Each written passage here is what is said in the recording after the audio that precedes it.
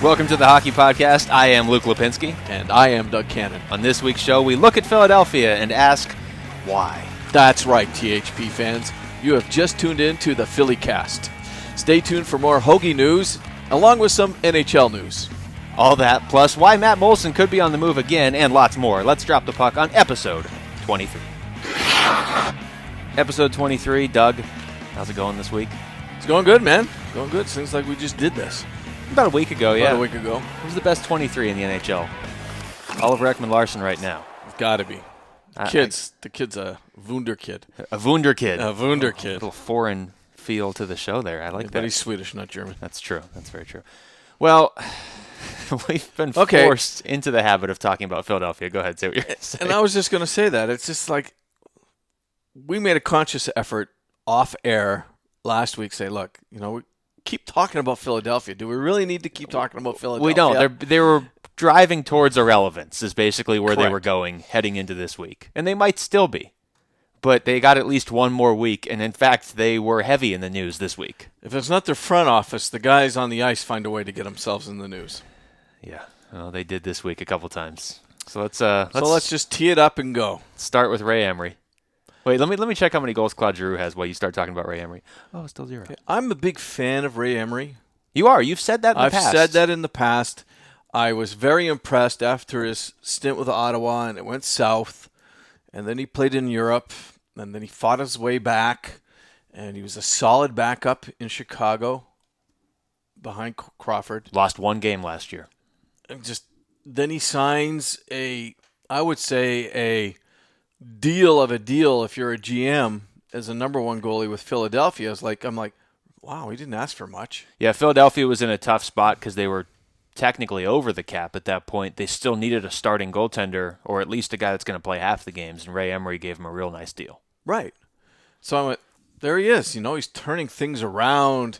He's got everything going in a positive way. Sorry, I'm watching the video as you're talking. Go ahead. And then the other night, he decides to bring the ugly Ray Emery back to the game. Yeah, so the Flyers continue to not win hockey games, and they're are 4-9. Yeah, and at the they time, have a whopping 8 points. At the time, they were dropping to 3-9. Right. And Ray Emery takes it upon himself. First of all, he comes into a game against Washington where the Capitals don't have Alex Ovechkin. I want to double check here. I believe it was in Philadelphia. It was. Okay, so it was in Philadelphia. Mm-hmm. The Capitals don't have Ovechkin. Washington is right around 500. I mean, they're a solid team, and with Ovechkin, they're certainly one of the most dangerous teams. Correct. No Ovechkin. The score is 6-0. Then Joel Ward scores again in the third period to make it 7-0, and everybody loses their mind. Wayne Simmons comes out opening faceoff and just starts hitting people. Right. He essentially touches everything off. I don't really have a problem with what Wayne Simmons did. He's just checking. He's frustrated. Yeah. He was looking for a fight. The whole organization is frustrated. And that's kind of going to be my theme. Well, what are they frustrated with, though, when they're down 7-0? It's got to be themselves, right? Really? You just said that out loud? Yeah. Well, you're on the ice and you're down 7-0 and you're not frustrated? But their focus isn't on, hey, let's not lose 7-0. Their focus is on, let's fight. Okay. So they're not going to get any better. I get it, because when I'm down 7-0, if I'm playing or if I'm coaching, my focus at that point, even if I'm down 4-0 and it's late in the game, my focus is to break the goose egg. Yeah. Because at that point, I realize I'm not going to win this game. You're in Washington's division. So right. There is a little bit of I want to send a message to you, but all you sent was you can score a touchdown on us. We can't do anything. Right. So, I mean, as a player, I'm always like, I got to find a way to break the goose egg. So they can't come out of here. That goalie's not leaving my building with a shutout. So he can pump his chest. Whoa, I got a shutout. Oh, no, Braden Holtby wasn't puffing out his chest after this game. No, he was looking for Band-Aids. Yeah. So, in case you somehow missed this, and I don't know how you would. I don't know if you're a hockey fan how you missed it.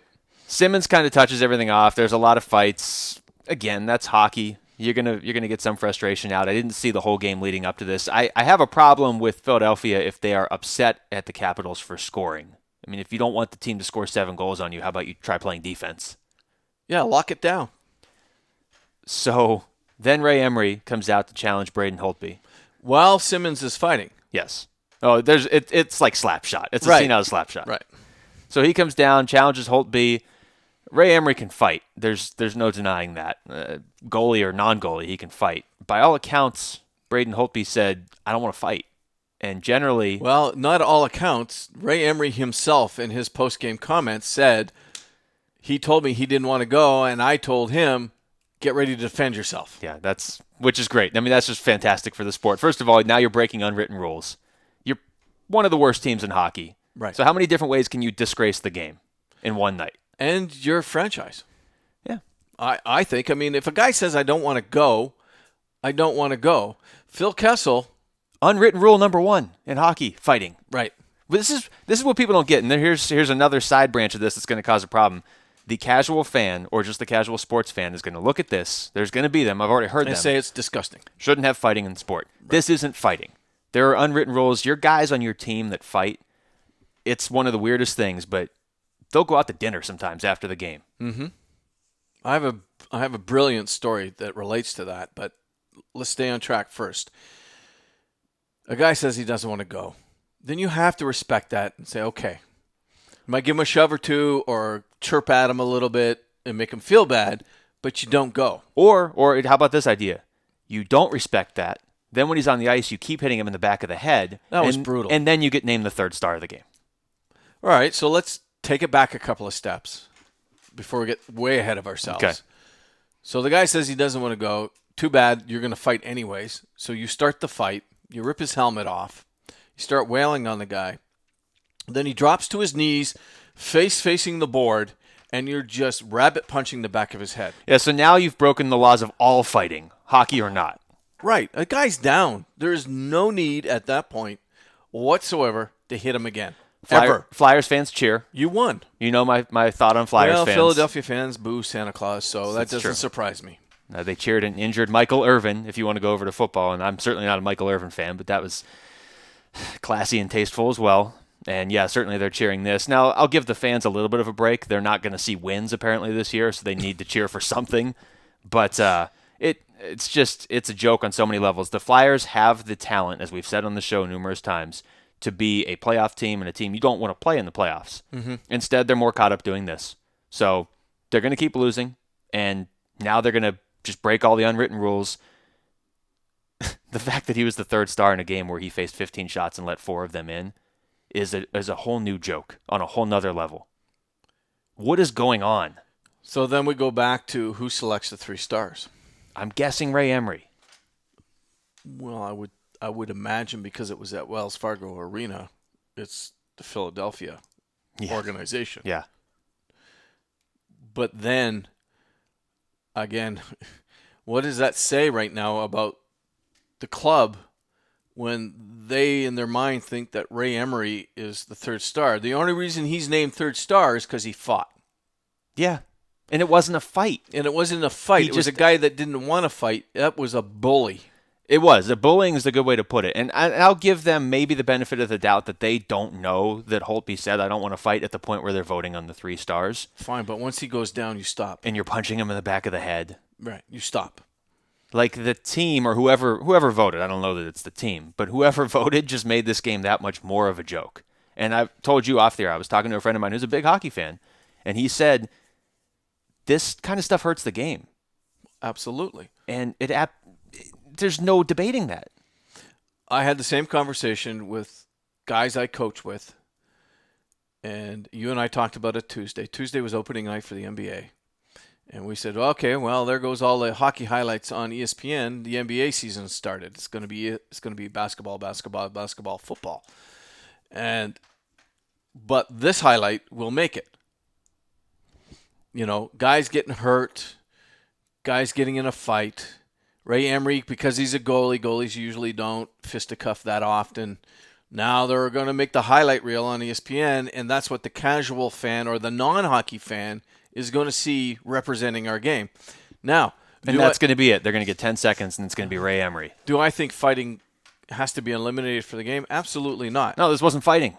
It wasn't fighting. It has nothing to do with fighting because every code related to fighting was broken.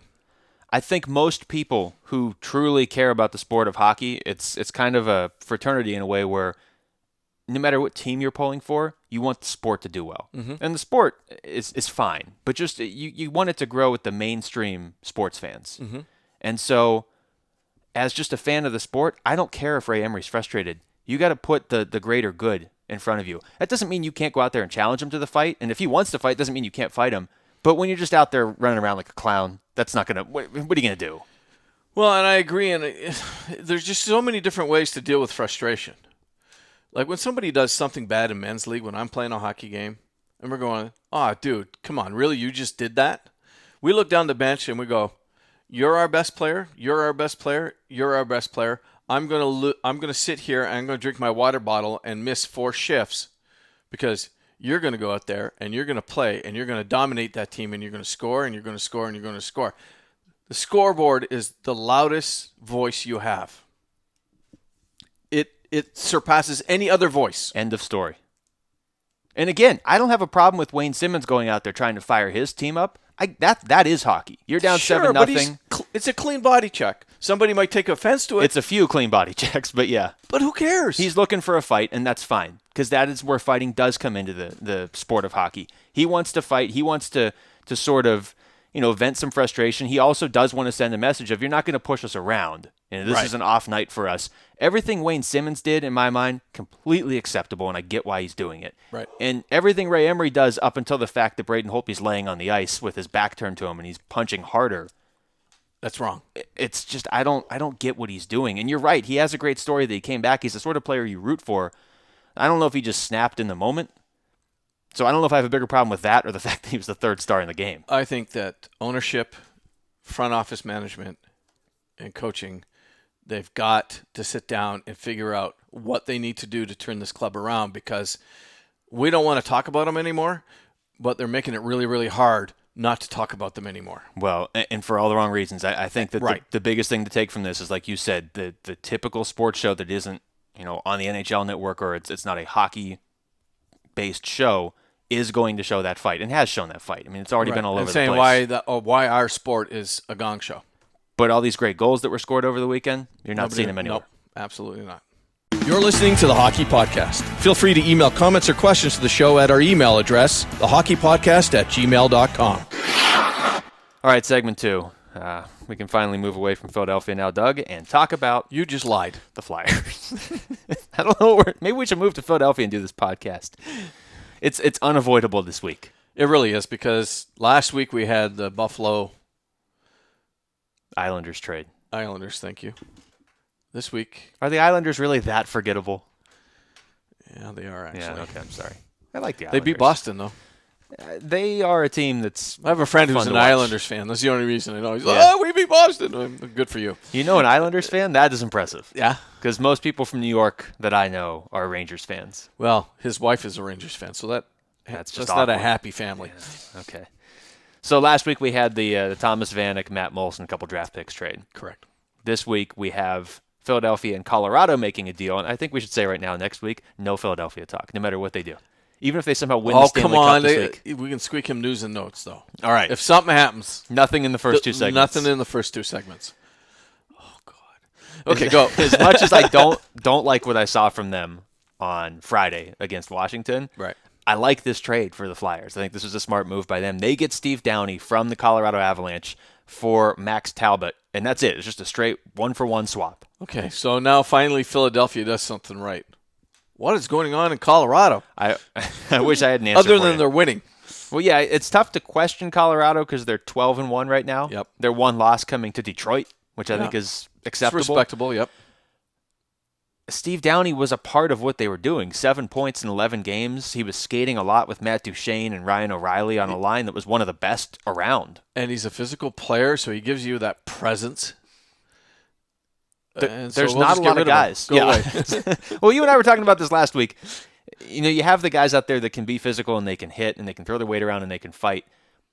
But if you can't score, you're kind of getting phased out of the game. If you're not at least in the way. You're in the way. So there's not a lot of guys like Milan Lucic and Shane Doan were the 2 examples we used last week that can hit but also can produce. Correct. Steve Downey's not on their level, but he was kind of. I mean, he still is. It's just he's now a in 20-goal scorer. I'm sorry. He has put up 20 goals in the season before, while also putting up close to 200 penalty minutes. So he can do a few things for you. It makes a lot of sense from Philadelphia's perspective because you can put him on the line with Claude Giroux. He could potentially, protect Claude Giroux, so Giroux can just focus on scoring. Yeah, we just don't say that out loud anymore. Yeah, okay. I'll look knowingly Yeah. towards you, and we'll know Air what we're quotes. talking about. It doesn't hurt to have a bruiser like Steve Downey out there with your best player. No, and I think he's a talented young man. He's only 26 years old. Yeah, former first-round pick. Had a couple good years with Tampa Bay. Was having a great start with Colorado. I don't understand what Colorado's doing. No, because getting Max Talbot, you're not getting anything. Well, sorry, you're not. You're getting playoff experience, but Come on, how much playoff experience does Max Talbot have? well, I mean, He's got a ton. he won the Stanley Cup with No. Pittsburgh, and he scored both goals in Game 7. And he's a good locker room guy, so it's not like you're getting nothing. But I don't think you have to trade Steve Downey for that. He's got 4 years of playoff experience with the juniors. He's got Well, you're full out vetting him, going back to Yeah. his juniors. He's So got you have two. his He's got tax two, forms no, over there. no, he's got 2 years of playoff experience with the AHL, Okay, he won a Stanley Cup. and he has 1, 2, 3, 4, 5, 6. He's got 6 seasons of playoff experience with the NHL. Yeah, no, So he's got a wealth of playoff experience, but regular season output, minimal. Well, I'm going to try and attack this, and he doesn't even have a ton of PIMs. I've been trying to wrap my head around why they did this. I'm just going to try and convince myself it was a smart move for He's got Colorado. a nice smile. Well, there you go. You can't put a price on that. He's a former 8th-round pick. He does have playoff experience. He's good in the locker room. He's not an unrestricted free agent at the end of the year, as Steve Downey is. Correct. But They're- Steve Downey doesn't demand a lot of money. $2.6 million is what he's making right now. And if Philly doesn't pick him up again, there's Yeah. somebody will take him. And maybe Colorado goes and gets him back. I don't see that, but I can see somebody else scooping him up. Oh, somebody will definitely scoop him up. I don't know. I don't know what Colorado's necessarily thinking. I mean, I know that the phrase Stanley Cup experience was thrown around. I think it was Joe Sakic that mentioned that, and that's true, but is Colorado really winning the Stanley Cup this year? I mean, I know they're off to a great start. They've got some good pieces. They've also got some problems they got to iron out, and it's early. I mean, and we talked about it last week. I mean, is that torrential winning way going to continue? You found a big word, and you're just going to run I'm with gonna it. run with it. It was pretty impressive. I was floored all week after that. But seriously, I mean, that's a heavy pace to keep over 82 games. Yeah. I mean, I just don't see it. I mean, the L's have got to start coming sooner or later. Well, let's say they run into a prolonged slump, which is very possible. Let's say they still make the playoffs. Mm-hmm. Talbot does help in the playoffs in certain areas, but I want a physical guy like Steve Downey. I don't know that Colorado has a lot of physical forwards. There's not a lot of good physical forwards out there. Totally off-topic tangent, but that was the value of Rafi Torres. Yeah. Is that when it came playoff time, he can put the puck in the back of the net, but he also brings this big physical presence for the playoffs. And as much as Philadelphia And that intensity that comes with that. Yeah, you don't know. You kind of have to be scared of him on the ice because you don't know what he's necessarily going to do, and that's an asset in the playoffs. And as much as Philadelphia wants him to not only produce but potentially, protect a guy like Claude Giroux, why wouldn't Colorado want him out there potentially protecting a guy like Matt Duchene? Or Brad McKinnon. So it's one of those. Yeah, I mean, he's out there with McKinnon earlier in the season too.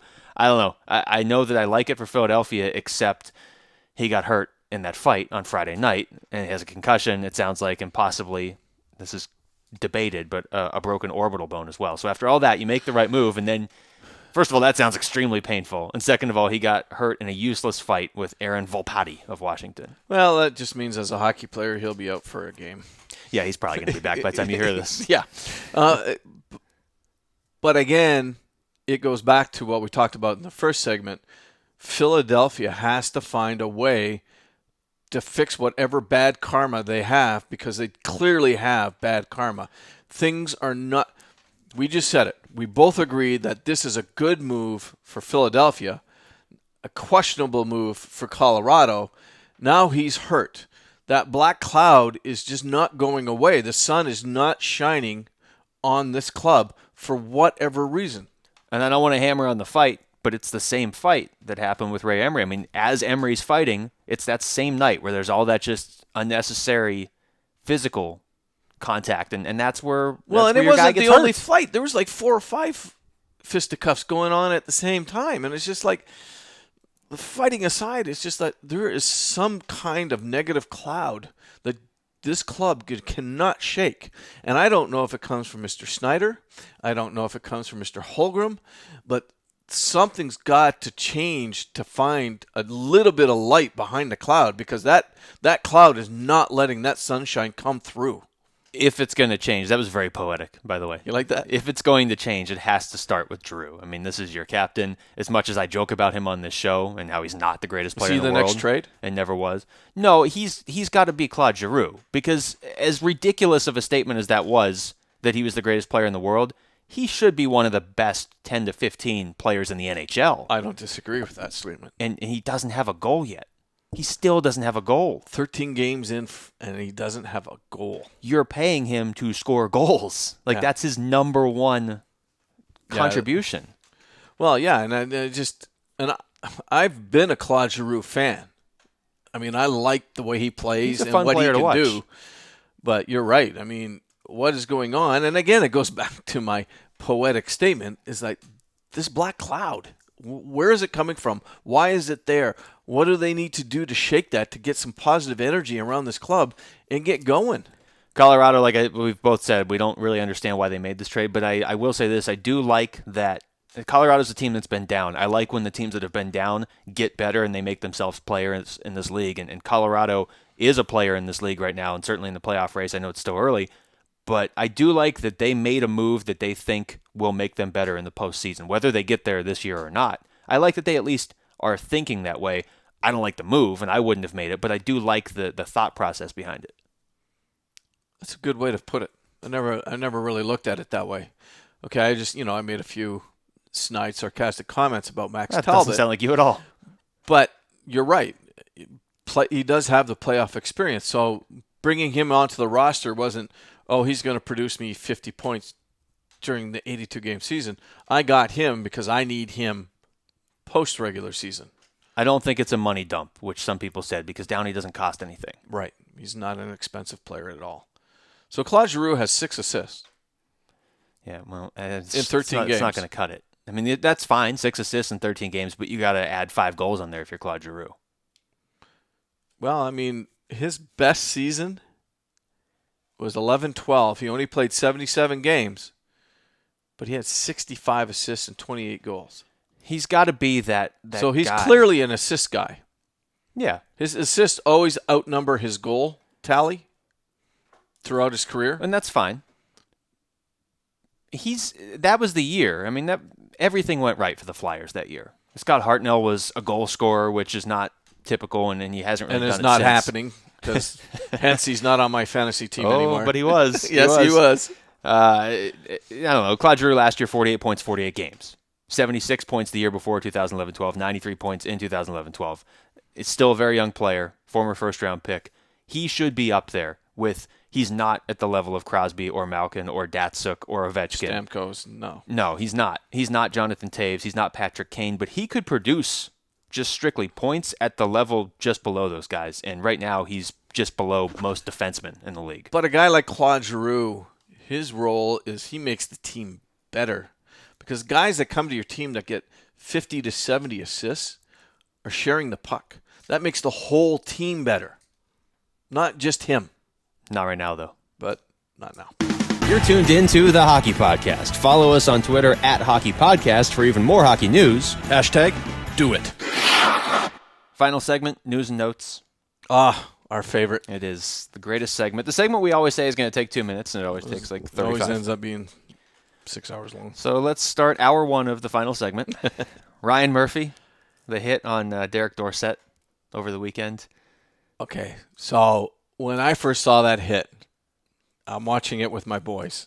It's like, whoa, snap! It was an impressive hit. It was like, loudest wow. whoa snap I've ever heard. It's going to echo in my head for the next 3 days. So we were watching it, and then the guy with that orange thing on his sleeve.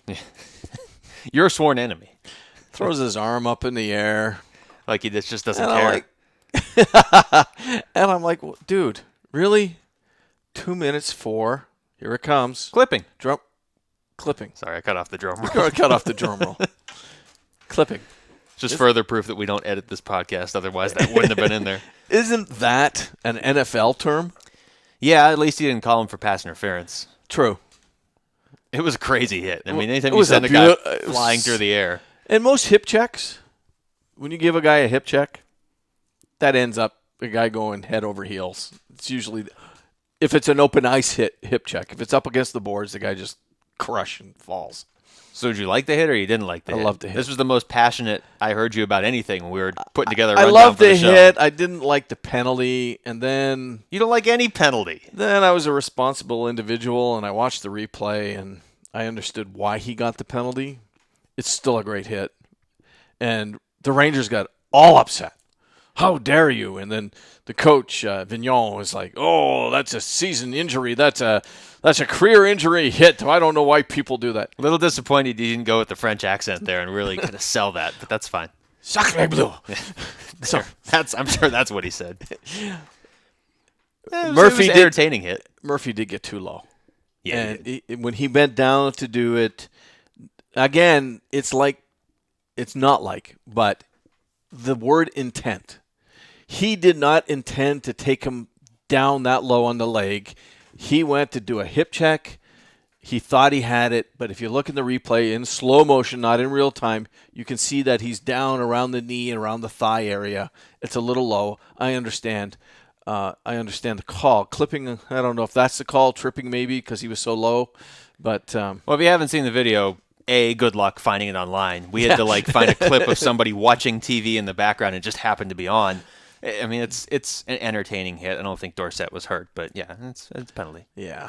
Patrick Coletta makes a habit of making hits that are penalties. Are penalties, and he does it beyond. on purpose. So he gets sent down to the AHL this week. And Where he belongs. this is Maybe he should go even lower, ECHL. the adult hockey league that I play in. Yeah. If he shows No, up, I don't I'm not want playing. to. Yeah, No. it goes back. It's what we call in the industry a callback. Actually, it's not true. It's not our industry, but I'm going to call it that anyway. The industry we follow. Yeah. To last week's show when we talked about John Scott, and you and I were kind of trying to figure out if he was let go or whatever, sent down by Buffalo, how many teams would claim him. And there's people out there that say 2/3 of the league would line up to take a guy like John Scott, and you said nobody, and I said Nobody. like 2 or 3 teams. Right. Patrick Coletta has a reputation in this league, and he's not John Scott. Really, John Scott doesn't have this reputation that Coletta has of being a dirty player. He was a guy that Matt Cook reached out to and said, look, I was you 2 years ago where I didn't know how to play the game cleanly, and I Right. was almost out of the league. But Coletta gets sent down, and he clears waivers, which means 29 teams did not want him. And there you go. That goes right back to the conversation we had last week, is that I think a lot of people and a lot of GMs don't want to go down that road. They want the Steve Downeys. They want that guy that can put some points on the board and can play a clean, physical game. They don't want that guy that's going to go head hunting, that's going to get a guy that's in a vulnerable position, or a guy that's crossing the center ice with his head down. They want guys that can think quick on their feet and do it cleanly. Yeah, I think there is still a place in the game for a guy that kind of pushes the envelope a little bit and strikes some fear into the Pushing opponents. it's one thing, but crossing it's another. Well, Coletta has torn the envelope in half, and he's throwing the shreds of paper Okay. everywhere. Prime example. I get up this morning, I pour a cup of coffee, I sit on the couch. I'm sitting there with my 16-year-old son. We're watching the NHL Network, and it's the top 10 hits of the week. That's the replay package. Every single hit in that top 10 was spectacular. Guys just getting crushed. And I even said to my son, I said, notice nobody got hurt. Because every single hit they showed was a clean hit. It was a clean body check in the corner. It was a clean body check in open ice. Open ice are the most spectacular because there's nothing to protect you. All right? You're not up against a board. But also nothing for you to get flipped into and get hurt. But they were clean hits. It was chest to chest. It was 44 for Pittsburgh. Orpik stands up a guy in the defensive zone. That guy is going nowhere. It was chest to chest, body to body, but it was clean. And the guy fell down on his butt. Little giggle. But it was a beautiful hit. There was another hit. Philadelphia takes a guy into the corner, and Ray Emery? Oh, no. No, that wasn't Ray.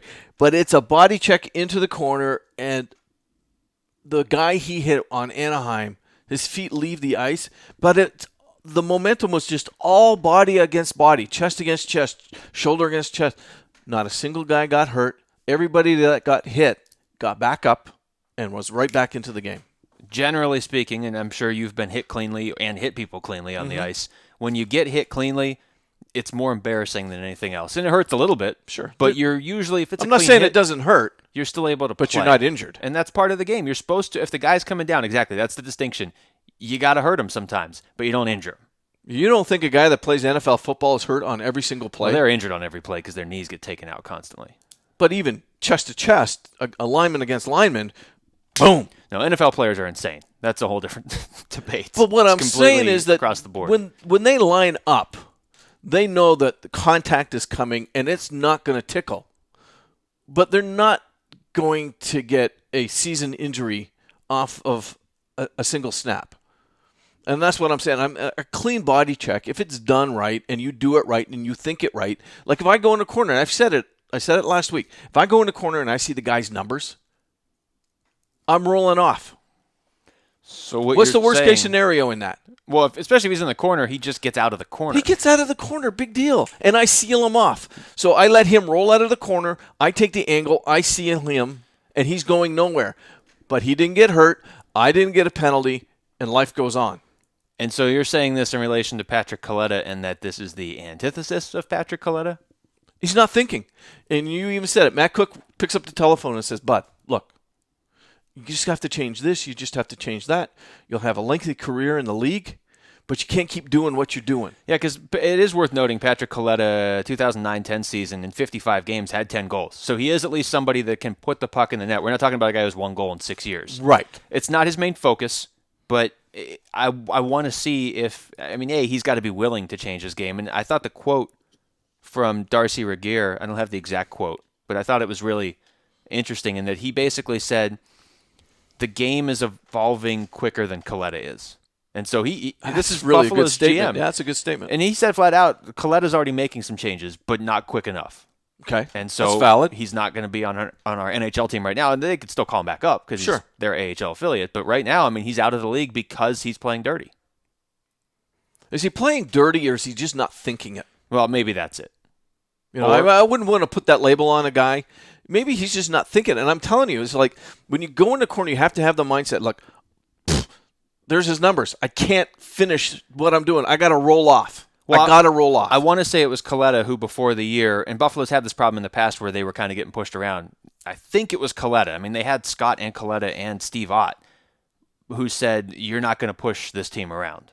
And so that's fine. That's part of his intimidation factor. Sure. But you are going to push Buffalo around if a guy like Kaleta, who's supposed to defend the guys, isn't even out there because he's suspended. Mm-hmm. He's already got a 10-game suspension this year. And so it'll be interesting to see if he comes back. He's not one of the more liked players in the NHL. I can tell you, you're not going to push me around when we're on the ice. And all I have to do is step up on you when you cross the blue line, because I'm a defenseman. You step across the blue line, I step on you, body on body. There. You're not pushing me around. I stopped you from progressing. I'd get my elbows up if I had to. Off of Patrick Kaleta into Toronto, Dave Bolland. Another fantasy league player I lose. Yeah, you should stop drafting players. Guys are getting dropped out of the league. I don't know what the official diagnosis is, but it's eerily similar to the play we saw with Matt Cook and Erik Karlsson last year. Right. Where a skate comes up. It's Zach Cassian, too, which is so weird that it's a another leg laceration. One of those questionable players is the one that puts the hit on. I haven't heard anything from Ottawa. Yeah, I watched the hit. I don't know. It's not intentional. I'm not a huge Zach Cassian fan, but it's not intentional. Just like with Matt Cook last year, it wasn't intentional. Right. There's no, as far as we know, no forensics investigation in Toronto this year. The bad part, though, is that Toronto's going to lose a really good player for an extended period. I read somewhere that they're not expecting him back until February. And then off the heels of that. Oh, no pun intended. Oh, yeah, I never thought of that. But off the heels of that, even if he comes back in February, that doesn't happen in any other sport. No, it's insane. We saw this with Karlsson last year, and they haven't said that Bolland's Achilles is severed. Karlsson's They just said a lower leg laceration. Karlsson last year, that was a shortened season. It wasn't game 1. He had his Achilles severed. He was back before the end of the shortened season. And going into the playoffs. He wasn't the same player, though. He seems like he might be getting back to being the same player now. Well, he came back too soon. Yeah, and so I don't know what they're going to do with Bolin. He's the sort of guy you want in the playoffs, and Toronto looks early on like a playoff team. They look like a playoff team, but that's a big blow. So back to our favorite trade from last week. Yeah, maybe a little more light shed on the Thomas Vanek, Matt Moulson trade. You're the one that brought it up to me because I hadn't heard the rumor. And it's not a rumor yet. It's just me thinking for the most part. But somebody had to put the seed in the head. Well, somebody did suggest to me that maybe Ryan Miller wasn't the guy traded to the Islanders because maybe he had the Islanders on his no-trade list way back when Right. he had his contract set up and the Islanders were a team you don't want to go to. But it got me Totally thinking, understandable at the time. yeah, nobody's going to fault him. Very understandable. Unfortunately for Ryan Miller, that team is now kind of Buffalo. Right. But the Sabres are doing what they can do to rebuild, and so last week we talked about it. Trade Vanek, get Moulson and draft picks. Moulson's an unrestricted free agent, though, too. Why wouldn't they then turn around and flip him to somebody Right. and get more picks? Yeah, because they got 2 picks from the Islanders, correct? A first and a second, too, first so and a not, second. not garbage picks. So you could pick up a quality player and another pick from another team for Moulson. And Moulson's a guy that I think there's a number of teams that wouldn't mind him being on their third line. Yeah, I mean, he turned 30 this week. Right. And he's a guy that, I mean, depending what team he goes to, he could even be a first liner. Already in Buffalo, he's played 3 games. This is in Buffalo, and there was certainly talk. He spent a lot of the early part of his career in the minors, went to L.A., didn't play much. When he got to the Islanders and skated with John Tavares, all of a sudden his career took off. Mm-hmm. So there's the thought of like, okay, well now he's in Buffalo and he's skating with Tyler Ennis. Is his career really going to take off? But he has been good with Cody Hodgson. 3 games for Matt Moulson, 2 goals, 2 assists. So he's still producing. He's producing, and that's a pretty good rate if it continues. If you're Buffalo, you're not going anywhere this year. If you think you Right. can re-sign him in the offseason, you could still trade him, feasibly get more picks, then just go sign him in the offseason. Okay, and then before we started recording this segment, I mentioned the fact that if it's me running Buffalo, I don't get rid of Ryan Miller. Yeah, you did, and this is where we differ. But I keep him because who am I going to get to take his spot? Well, it's funny you should ask that because I have the list of free agent goalies this summer. So we're going to see which one of these guys would you like to be your goalie My number 1 goalie. to basically build around for the future. Because if you're Buffalo, you're rebuilding, but you don't. But what your intention is not to rebuild for 10 years. So it's not like you're going to draft somebody this summer to be your starting goalie. No. Let's see if I get some names for you. J.S. Jaguar, he's 36. I don't think Colorado's letting him go anyway. No, and especially if they lose Varlamov. There's not a lot of great names out there other than Henrik Lundqvist. I mean, if you think you can get him, then you're all in. But Yeah, but still, I mean, all I'm saying is you've got a guy there. He's probably going to ask for X. If you're going to pay him X, you're going to pay Lundqvist X. yeah, You're going to be paying top dollar. Lundqvist isn't going. I'm a there big either. believer in starting between the pipes defense, moving my way up the middle and out. I've said it 1,000 times on this show. So I don't know if I'm in a big hurry to get rid of Ryan Miller. Unless somebody comes to my front door and says, I got this great deal. He might not give them an option. He might be saying, I'm not coming back here, so you better trade me to get something. And that's entirely possible. I mean, 4 years ago when he was the Olympic goalie, everything was great for him in Buffalo. But what kind of leverage is that as a goalie? Well, he's making over $6 million this year. I don't think Trade he's me gonna want less. or I'm not going to play? No, I don't think it's that he's not going to play. I just don't think if he's made up his mind, he's not going to re-sign to be part of a And if he's rebuilding not going to process. perform, I'm going, hey, I got 3 letters for you. A, H, L. Let's see what kind of contract you can get out of that, This is why big you boy. could never be a GM. You would not be allowed in the negotiating room. Ryan Miller is having a pretty good start to the season. I don't doubt that he's going to play out this season, but if he's already made up his mind that he doesn't... Look, Buffalo's not going to be good next year either. Yes. So if you're Ryan Miller, are you going to come back next year? So if you're Buffalo, yeah, you have to go out there and get a guy who is late 20s that you can build around. Maybe Ben Yeah, but he's got to be Scrivens. good. I can't just get some 20-year-old hotshot goalie. True. Anton Hudobin will be out there. How about Tim Thomas? He's only 39. All right. He's hurt. So it's just interesting. I don't think Buffalo's done. No. So let's go to some happy news. Vancouver and Colorado just retired some player numbers. So in Colorado, they had a big ceremony the other night for Adam Foote. When I hear Adam Foote's number, I know he finished with Columbus. Oh, that's Right? That's brutal. I have to double check that. All right, you double check that. But when somebody says Adam Foote, Well, you think Colorado? I think Colorado, and I actually don't laugh, but I actually think about the Yeti footprint that they use. Yeah, I know. That's I that's what do. No, you know what? No, exactly. That's Those I two completely images come to my head. agree. He did play for Columbus, but then he went back to Colorado for the last couple of years. I was right. So you win one of those foot Okay, patches. there off I the get a Colorado. foot patch to put on my shirt. Yeah, he gets his number retired. A really solid career. You were talking about what it means to get your number retired. That franchise is never going to give your number to anybody else. That number's literally out of the 1 through 99. Okay. That number's just missing. So, you go to Pavel Bure in Vancouver. Great player. Awesome player. That poor guy had to wear that ugly yellow and orange and black uniform. Yeah, but he wore it like a champ. And I watched his ceremony. I welled up. Well- I did. I had water in my eyes. You should get that checked out. I mean, we're in the desert. I just he made a thing that, this team's going to win the cup and they're going to do it and it's going to be done on this ice and he just got so emotional, so passionate, and that came back to number 10 being yanked up into the rafters, and I'm like, and I said to my son, I said, you've done something when nobody else can wear your number. No matter who comes through. The No matter next who Wayne comes Gretzky could come through. Well, it's not league-wide, but I mean, No, but in in Vancouver, nobody is going to wear number 10. In Colorado, nobody's going to wear number 52. It's just not going to happen. let's say Vancouver drafts a guy like Cody Hodgson and he just turns out to be amazing. And let's assume for a second they don't trade him away Right. for Zach Cassian.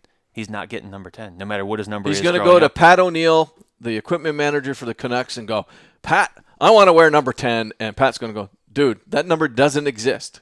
It goes 1, 2, 3, 4, 5, 6, 7, 8, 9, 11. They should take it to a new level where if you are in the Vancouver Canucks organization, you can't even use the number 10 in everyday conversation. That is commitment. Now that, but I mean, it just really rung in my head that it's like nobody in Colorado can wear 52 and nobody in Vancouver can wear number 10.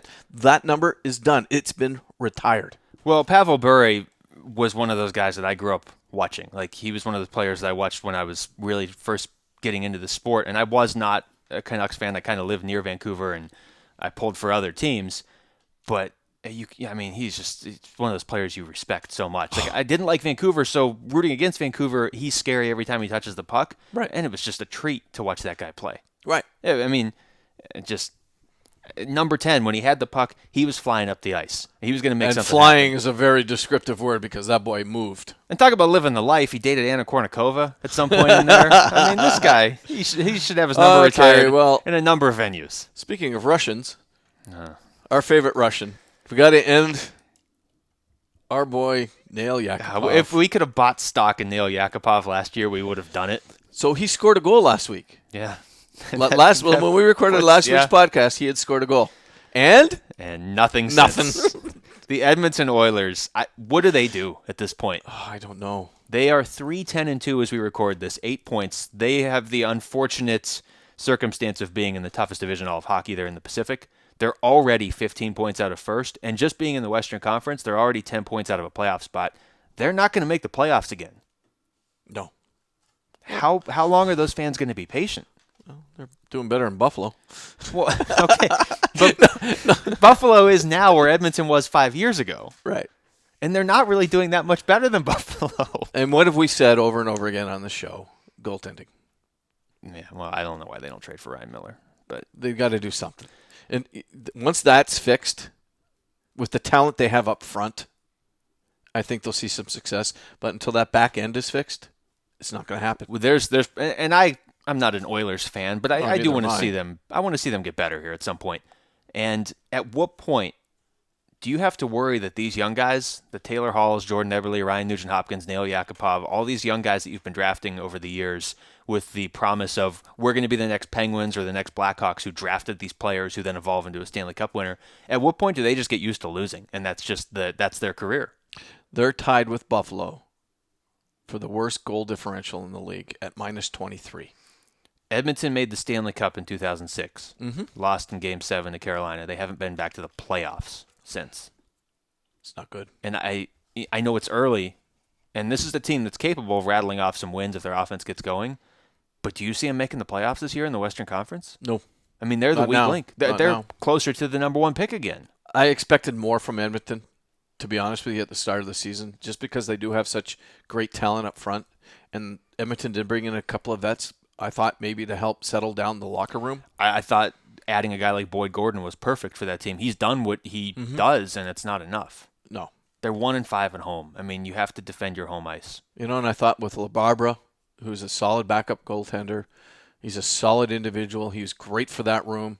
I thought maybe he could help almost, in a mentor or a coaching style, help the goaltending.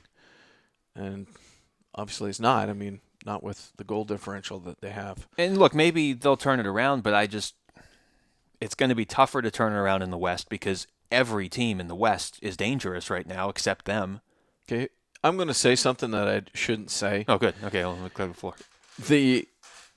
My biggest problem with the NFL is that the NFL always strives for parity. All right. So I always used to look at parity as mediocrity. Okay. Everybody's 50-50. Everybody's good. Everybody could win on any given Sunday. I like parity, but go ahead. Blah, blah, blah. This is where I think parity is a good thing. I don't want to see such a gap between the best and the worst. I would rather see more teams being competitive on a regular basis. And if you lose, you lose. But that huge gap, I don't know. It just doesn't set well in my stomach. I don't like it.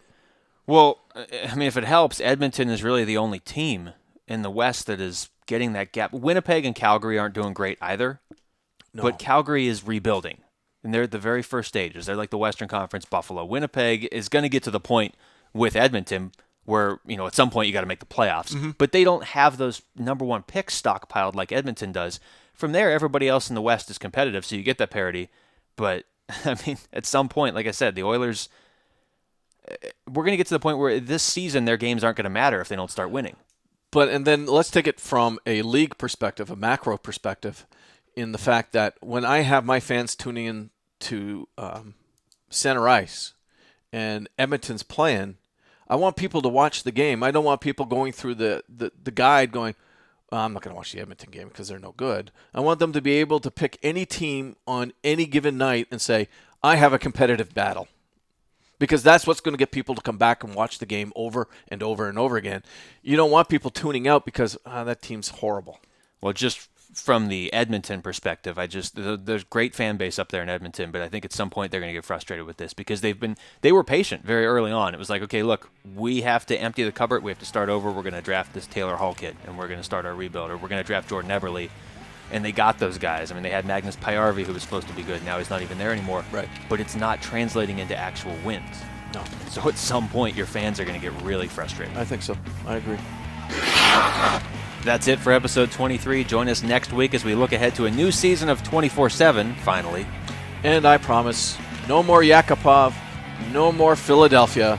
We hope. That's a promise we can't keep. Plus, whatever else happens in the next 7 days, thanks for listening to the Hockey Podcast.